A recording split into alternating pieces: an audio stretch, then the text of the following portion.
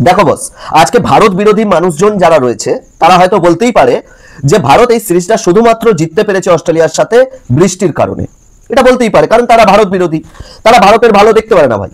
ঠিক আছে, হয়তো ভাবছে যে অস্ট্রেলিয়ার মাটিতে অস্ট্রেলিয়ার সাথে সিরিজ জেতা এতটাও সহজ বিষয় নয়। আজ বৃষ্টি এসে গেছে বলে ইন্ডিয়া বেঁচে গেল, ইন্ডিয়া এই সিরিজটা জিতে গেল। ঘন্টা ঘন্টা মেরা আজকের ম্যাচ যদি পুরো হতো তাহলে ভারত 200+ স্কোর করতো, 100% শিওর। 200-র ওপরে স্কোর করতোই ভারত।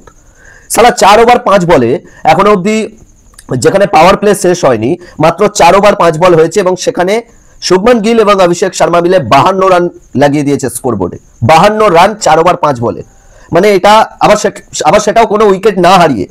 হ্যাঁ মানছি অভিষেক শর্মার দুটো ক্যাচ উঠেছিল, সেই দুটো ক্যাচ মিস করেছে, একটা ম্যাক্সওয়েল মিস করেছে আর একটা কে যেন মিস করেছে, যাই হোক মানছি এটা।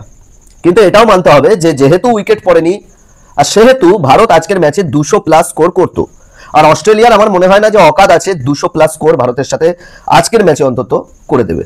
কারণ যে টিমটা আগের ম্যাচে 119 রানে অল উইকেট হয়ে গেছে, সেই টিমটার পক্ষে অন্তত সম্ভব নয় এই মুহূর্তে 200+ স্কোর করা, অন্তত ভারতের সাথে।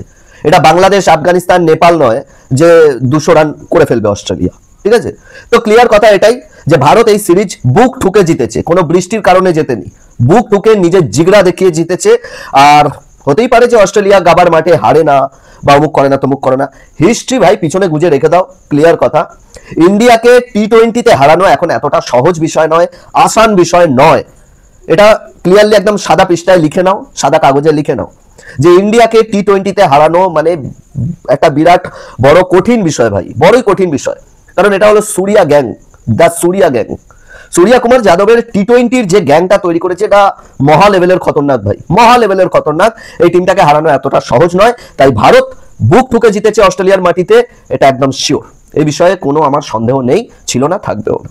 ওকে, চলো তোমাদের কি মতামত অবশ্যই কমেন্ট বক্সে জানিও।